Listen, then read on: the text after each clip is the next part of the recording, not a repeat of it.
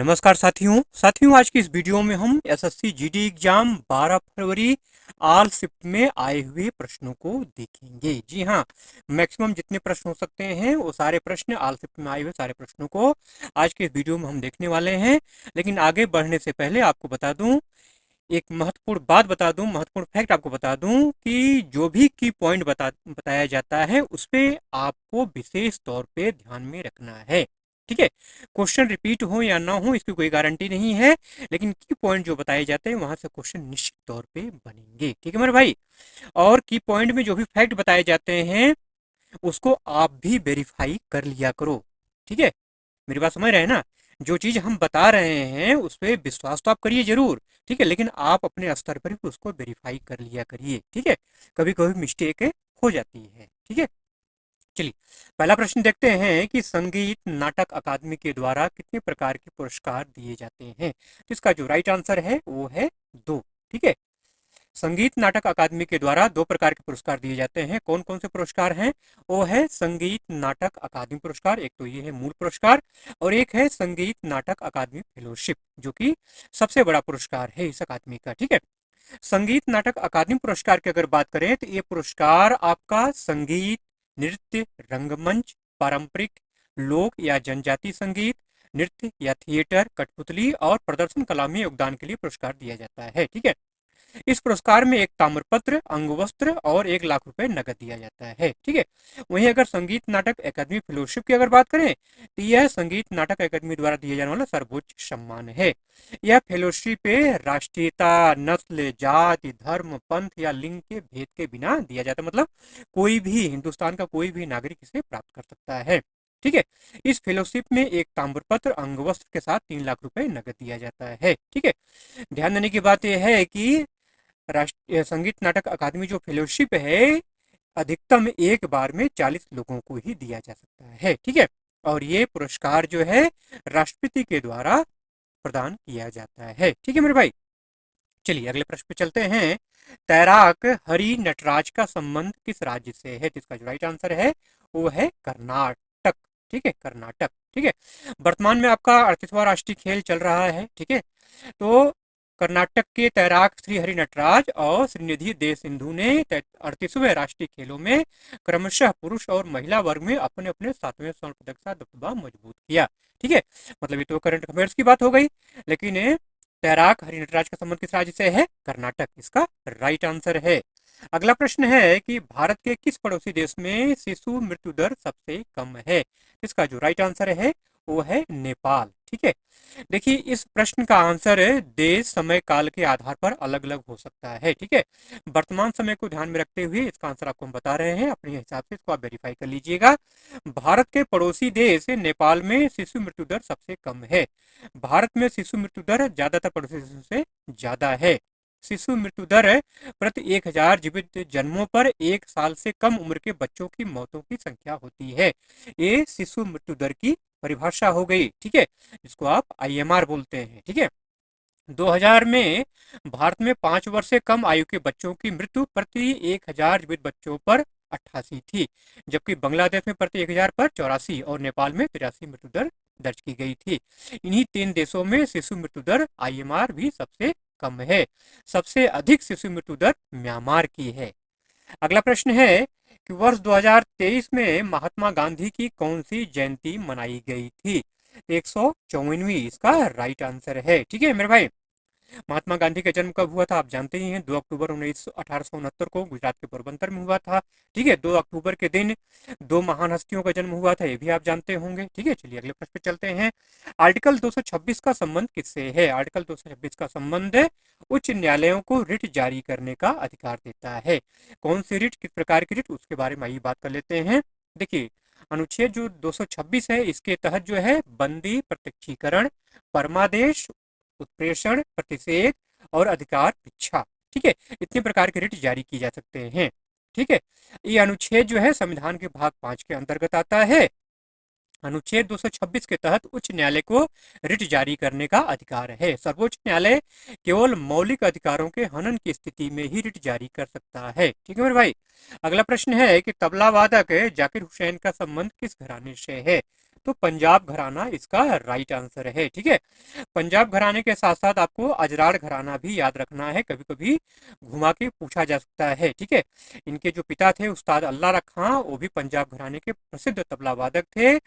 जाकिर हुसैन ने अजराड़ घराने की शैली को भी बजाया था, इसलिए कहीं के अजराड़ घराना और मैक्सिमम तौर पे पंजाब घराने का उल्लेख मिलता है। इन्हें 1990 में भारत के राष्ट्रपति के हाथों संगीत नाटक अकादमी पुरस्कार से सम्मानित किया गया था। 1988 में पद्मश्री, 2002 में पद्म भूषण, 2023 में पद्म भूषण से सम्मानित किया गया। जाकिर हुसैन को 1992 और 2009 में संगीत का सबसे प्रतिष्ठित पुरस्कार ग्रैमी अवार्ड भी मिला है। ठीक है, अगला प्रश्न है कि अशोक के अधिकांश अभिलेख किस भाषा और लिपि में लिखे गए थे? तो प्राकृतिक और ब्राह्मी इसका राइट आंसर है। अशोक सम्राट के ज्यादातर अभिलेख प्राकृतिक भाषा में ब्राह्मी लिपि में लिखे गए थे। कुछ अभिलेख खरोष्टी लिपि में भी लिखे गए हैं, कुछ अभिलेख जो है ग्रीक और आरामी भाषाओं में भी लिखे गए थे। खरोष्टी लिपि का इस्तेमाल आधुनिक पाकिस्तान के क्षेत्र में किया गया है। अफगानिस्तान में जो शिलालेख पाए गए हैं उसमें ग्रीक और आरामी भाषा का इस्तेमाल किया गया है। कंधार में जो शिलालेख पाया गया उसमें द्विभाषी है, मतलब ग्रीक और आरामी दोनों भाषाओं का उल्लेख है उसमें। ठीक है, अशोक के शिलालेखों में प्रमुख शिलालेख है लघु शिलालेख और स्तंभ शिलालेख शामिल हैं। ठीक है, अशोक के शिलालेखों से हमें मौर्यकालिक लोगों के सामाजिक जीवन, धर्म और उस समय के अर्थव्यवस्था के बारे में जानकारी मिलती है। अशोक के अभिलेखों के अध्ययन को एपीग्राफी मतलब अभिलेख शास्त्र कहा जाता है। ठीक है मेरे भाई, इसको ध्यान रखिएगा। अगला प्रश्न है कि थोक विक्रेता किसे कहते हैं?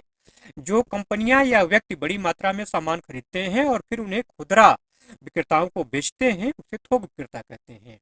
थोक विक्रेता जो होता है वो निर्माताओं और खुदरा विक्रेताओं के बीच का क्या होता है? मध्यस्थ होता है, कड़ी होता है। अगला प्रश्न है कि बहिष्कृत हितकारी सभा की स्थापना किसने की? डॉक्टर भीमराव अंबेडकर इसका राइट आंसर है। डॉक्टर भीमराव अंबेडकर ने जातिगत भेदभाव खत्म करने और पिछड़े वर्गों के लिए शिक्षा और सामाजिक आर्थिक सुधार लाने के लिए बहिष्कृत हितकारी सभा की स्थापना 20 जुलाई 1924 को मुंबई में की थी। ये डेट आपको ध्यान में रखना है।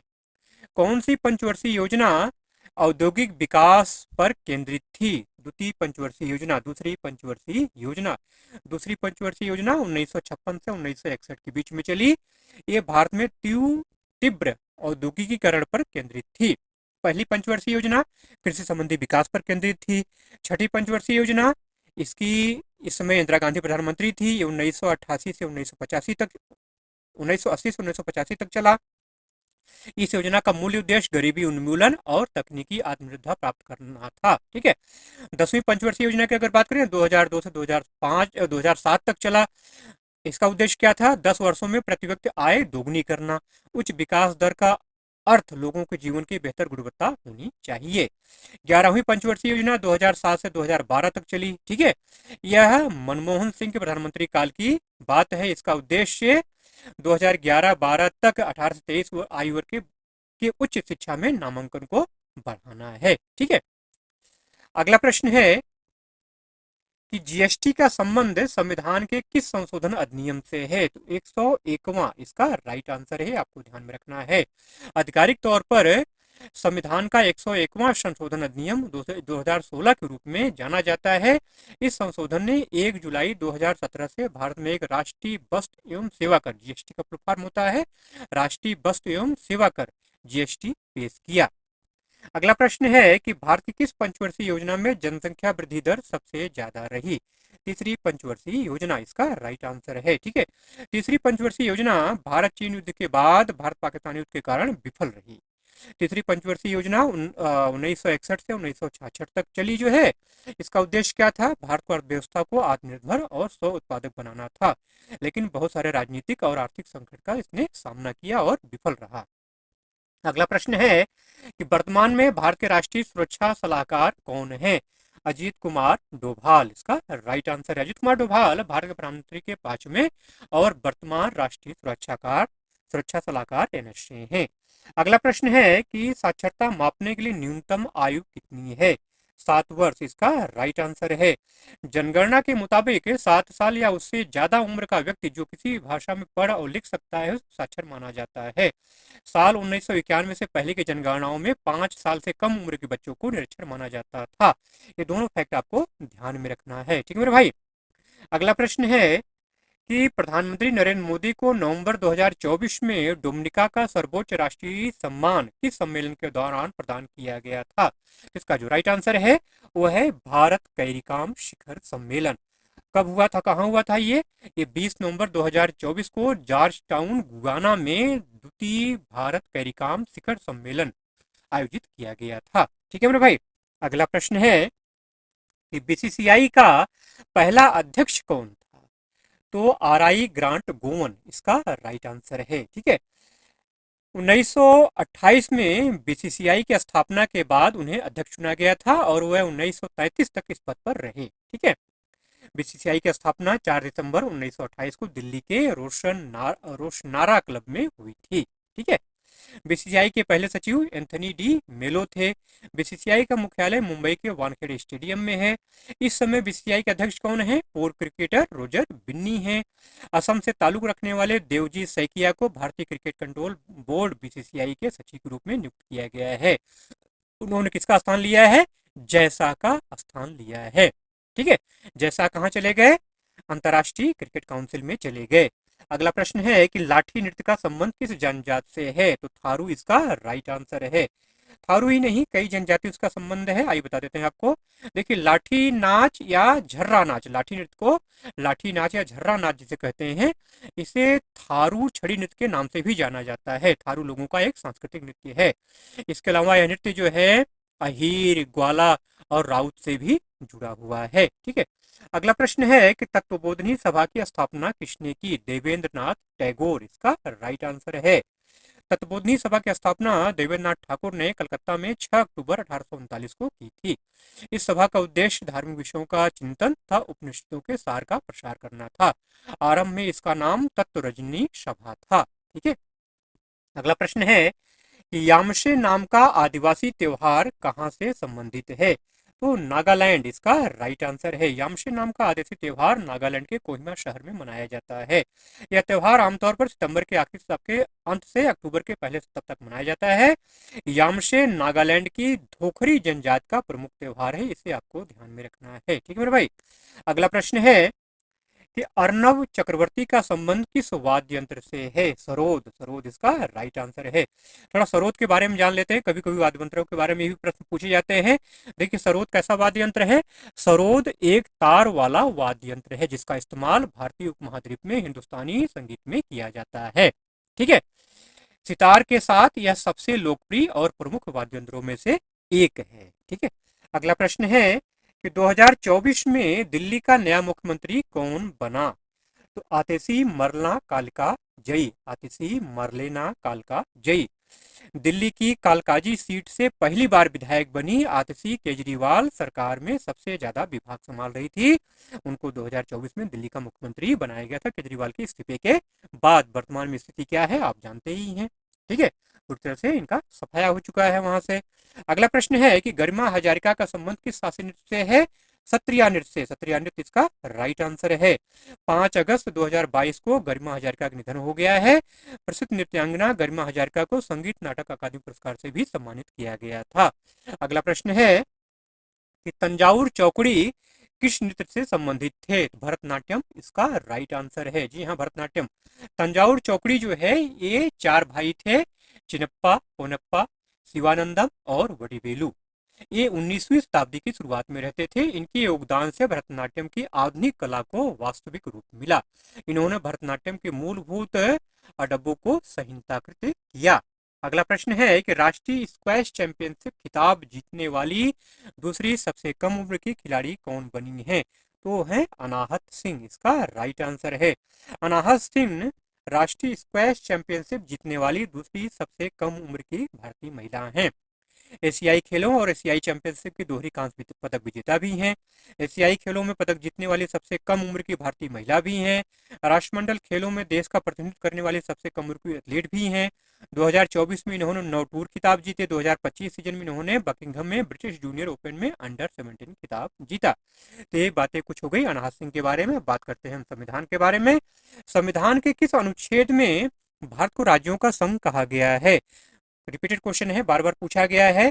तो अनुच्छेद 1 इसका राइट आंसर है। भारतीय संविधान के अनुच्छेद 1 में कहा गया है कि भारत राज्यों का एक संघ होगा। इस अनुच्छेद के जरिए भारत के नाम और क्षेत्र को परिभाषित किया गया है। अगला प्रश्न जनगणना से है। 2011 की जनगणना के अनुसार अनुसूचित जात और अनुसूचित जनजात का प्रतिशत कितना है? तो अनुसूचित जात का जो प्रतिशत है वो 16.6% है और अनुसूचित जनजात का परसेंट 8.6% है। आज थोड़ा की पॉइंट जान लेते हैं। देखिए, भारत में सबसे अधिक ज्ञात जनजातियों में जो जनजातियां हैं वो हैं गोंड, भील, संथाल, मुंडा, खासी, गारो, अंगामी, भूटिया, चेंचू, गोडाबा, ग्रेट अंडमानी जनजातियां ये शामिल है। ठीक है। 2011 की जनगणना के मुताबिक भील आदिवासी समूह भारत की सबसे बड़ी जनजाति है। यह देश की कुल अनुसूचित जनजात आबादी का लगभग 38% है। अगला प्रश्न है इकोनॉमिक्स से कि संतुलित बजट क्या होता है? संतुलित बजट वह बजट होता है जिसमें अनुमानित आय और अनुमानित व्यय बराबर होते हैं। वहीं अगर असंतुलित बजट की अगर बात करें तो अगर व्यय राजस्व से ज्यादा हो जाए तो बजट क्या हो जाता है? असंतुलित कहलाता है। अगला प्रश्न है कि भारत चीन युद्ध के बाद भारत पाकिस्तान युद्ध के कारण कौन सी पंचवर्षीय योजना विफल रही थी? ये क्वेश्चन अभी ऊपर आया था, उसी को घुमा करके पूछ लिया। तीसरी पंचवर्षीय योजना इसका राइट आंसर है। ठीक है। तीसरी पंचवर्षीय योजना 1961 से 1966 तक चली। ठीक है। इस योजना में कृषि और गेहूं के उत्पादन में सुधार पर जोर दिया गया, लेकिन 1962 के संक्षिप्त भारत चीन युद्ध ने अर्थव्यवस्था में कमजोरियों को उजागर किया। चीन भारत युद्ध और भारत पाक युद्ध योजना अवकाश के प्राथमिक कारणों में शामिल थे, जिसके कारण तीसरी पंचवर्षीय योजना विफल हुई थी। ऊपर चीज आपको बता चुके हैं। अगला प्रश्न है कि बांग्लादेश का राष्ट्रीय फल कौन सा है? ठीक है। पड़ोसी देशों के बारे में क्वेश्चन स्टार्ट हो चुके हैं। यहाँ के बारे में जितनी भी जानकारी है, चाहे उनकी मुद्राएं हो, चाहे भाषाएं हो, चाहे खेल हो, चाहे फल हो, ठीक है, ये सारी चीजें आपको ध्यान में रखनी है। अब बांग्लादेश का राष्ट्रीय फल कौन सा है? तो कटहल है, इसका राइट आंसर है। कटहल को आल्टोकार्पस से हेट्रोफिलप के नाम से भी जाना जाता है। यह बांग्लादेश के उष्णकटिबंधीय क्षेत्रों में पाया जाता है। बांग्लादेश में कटहल बहुत ज्यादा पैदा होता है। अगला प्रश्न है कि ईसाई धर्म की पवित्र पुस्तक का क्या नाम है? तो बाइबिल इसका राइट आंसर है। हिंदू धर्म की पवित्र पुस्तक हिंदू धर्म की पवित्र पुस्तक का नाम क्या है? गीता है। मुस्लिम धर्म का पवित्र पुस्तक का नाम क्या है? कुरान है। तो ये जो पुस्तकें हैं इन्हें आपको ध्यान में रखना है मेरे भाई। देखिए, बाइबिल में दो भाग हैं, पुराना नियम और नया नियम। पुराना नियम यहूदियों के धर्मग्रंथ तनक का ही संस्करण है। नया नियम ईसा मसीह के उपदेश, चमत्कार और उनके शिष्यों के कामों का वर्णन है। अगला प्रश्न है कि कौन सा अनुच्छेद वन और पर्यावरण की रक्षा से जुड़ा हुआ है? अनुच्छेद 48 से इसका राइट आंसर है। अनुच्छेद 48 में कहा गया है कि राज्य पर्यावरण की रक्षा और सुधार करने तथा देश के वनों और वनस्पतियों और वन्य जीवों की सुरक्षा करने का प्रयास करेगा। यह अनुच्छेद भारत के संविधान 1950 का हिस्सा नहीं था। इसे संविधान मतलब जो 42वां संशोधन हुआ है 1976 उसके द्वारा इसको शामिल किया गया था। क्वेश्चन ये बन सकता है मेरे भाई। भारत के किस पड़ोसी देश का जनसंख्या घनत्व सबसे कम है? इसका जो राइट आंसर है वो है मालदीव। भूटान, वहीं अगर भूटान की अगर बात करें तो भूटान क्षेत्रफल की दृष्टि से भारत का सबसे छोटा पड़ोसी देश है। जनसंख्या के मामले में भारत का सबसे छोटा पड़ोसी देश कौन सा है? मालदीव है। ठीक है। जनसंख्या के मामले में मालदीव भारत का सबसे छोटा पड़ोसी देश है। यह भारत से जलीय सीमा साझा करता है। मालदीव की राजधानी क्या है? माले है। मालदीव की मुद्रा क्या है? मालदीवियन रुपया है। ठीक है। अगला प्रश्न है कि सातवीं पंचवर्षीय योजना की अवधि क्या थी? तो सातवीं पंचवर्षीय योजना की अवधि थी 1985 से लेकर के 1990 तक। सातवीं पंचवर्षीय योजना में प्रौद्योगिकी के विकास के माध्यम से उद्योगों की दक्षता स्तर में सुधार लाने पर जोर दिया गया था। अगला प्रश्न है कि केडी जाधव का संबंध किस खेल से है? तो इसका राइट आंसर है कुश्ती। के डी जाधव से क्वेश्चन जरूर बनता है, बार बार बनता है। आइए थोड़े के बारे में डिटेल में जान लेते हैं। वे स्वतंत्र भारत के पहले व्यक्तिगत ओलंपिक पदक विजेता थे। उन्होंने 1992 के हेलसिंकी ओलंपिक में कांस्य पदक जीता था। 2001 में मरणोपरांत अर्जुन पुरस्कार से सम्मानित किया गया। 2010 के राष्ट्रमंडल खेलों के दौरान आईजीआई अखाड़े में कुश्ती रिंग का नाम के डी जाधव स्टेडियम रखा गया था। 1992-93 में महाराष्ट्र सरकार ने उन्हें मरणोपरांत छत्रपति पुरस्कार दिया था। ठीक है मेरे भाई। अगला प्रश्न है कि बिंबिसार का उत्तराधिकारी कौन था? अजात शत्रु इसका राइट आंसर है। बिंबिसार अजात शत्रु के पिता थे। अजात शत्रु अपने पिता की हत्या करके सिंहासन पर बैठा था। ठीक है। अजातशत्रु ने 492 ईसा पूर्व से 460 ईसा पूर्व तक शासन किया। अजातशत्रु महावीर स्वामी इनका काल क्या है? 599 से 527 ईसा पूर्व, और गौतम बुद्ध 563 से 483 ईसा पूर्व का समकालीन था। अजातशत्रु ने लिच्छवियों द्वारा शासित वज्जिका लीग के खिलाफ युद्ध लड़ा, उन्हें जीत लिया। अजातशत्रु ने कौशल की राजकुमारी वजीरा से विवाह किया था। अजातशत्रु के बाद उदयभद्र सिंहासन पर बैठा। बिंबिसार हर्षक वंश के संस्थापक थे। बिंबिसार ने राजगृह नामक शहर का निर्माण करवाया था। ठीक है भाई, ये कुछ महत्वपूर्ण फैक्ट थे जो आपको मैंने बता दिए। अगला प्रश्न है कि सुखविंदर सिंह सुक्खू कहाँ के मुख्यमंत्री हैं? तो इसका राइट आंसर है हिमाचल प्रदेश। दिसंबर 2022 में सुखविंदर सुक्खू चौथी बार राज्य विधानसभा के लिए चुने गए और 11 दिसंबर 2022 को उन्होंने हिमाचल प्रदेश के मुख्यमंत्री के रूप में शपथ ली। अगला प्रश्न है कि राज्य विधान परिषद में राज्यपाल द्वारा कितने सदस्यों को मनोनीत किया जाता है? तो 1/6 इसका राइट आंसर है। किसी भी राज्य की विधान परिषद में सदस्यों की कुल संख्या का 1/6 हिस्सा राज्यपाल द्वारा मनोनीत किया जाता है। विधान परिषद के बाकी सदस्यों का चुनाव होता है। विधान परिषद के सदस्यों के चुनाव के लिए एकल संक्रमणीय मत के जरिए समानुपातिक प्रतिनिधित्व प्रणाली का इस्तेमाल किया जाता है। समानुपातिक प्रतिनिधित्व प्रणाली का इस्तेमाल किया जाता है। अगला प्रश्न है कि उस्ताद राशिद खान का संबंध किस घराने से था? तो रामपुर सहसवान घराना। कई बार क्वेश्चन रिपीट हो चुका है। 2006 में आपको पद्मश्री और संगीत नाटक अकादमी पुरस्कार से सम्मानित किया गया था। 2022 में आपको पद्म भूषण से सम्मानित किया गया था। अगला प्रश्न है कि खेलो इंडिया पैरा गेम्स 2023 का शुभंकर क्या था? उज्ज्वला, जो कि एक गौरैया है। पैरा गेम्स की भावना के अनुरूप शुभंकर के रूप में गौरैया का चुनाव जीवन शक्ति, ऊर्जा और लचीलेपन का प्रतिनिधित्व करता है। अगला प्रश्न है कि किसे भारतीय शासन नीति में उनके योगदान के लिए 2020 में पद्मश्री से सम्मानित किया गया? इंदिरा पीपी बोरा इसका राइट आंसर है। इंदिरा पीपी बोरा असम की एक शास्त्रीय नृत्यांगना है। कभी कभी पूछा जाता है कि इंदिरा पीपी बोरा का संबंध किस राज्य से है? तो असम, ये आपको ध्यान में रखना है। ठीक है मेरे भाई, चलिए आज इन्हीं प्रश्नों के साथ वीडियो का एंड करते हैं। वीडियो अगर अच्छा लगा हो तो जाते जाते प्लीज एक लाइक जरूर से कर दीजिएगा, और अगर इसका आपको पीडीएफ चाहिए तो टेलीग्राम चैनल का लिंक दिया हुआ डिस्क्रिप्शन में, जाके वो ज्वाइन हो जाइए और कमेंट जरूर से कर दीजिएगा पीडीएफ के लिए, तभी पीडीएफ अवेलेबल हो पाएगा, नहीं तो नहीं हो पाएगा। ठीक है, और चैनल पर अगर नए हैं, अभी तक आपने सब्सक्राइब नहीं किया है तो सब्सक्राइब करके बेल आइकन जरूर से प्रेस कर लीजिएगा मेरे भाई।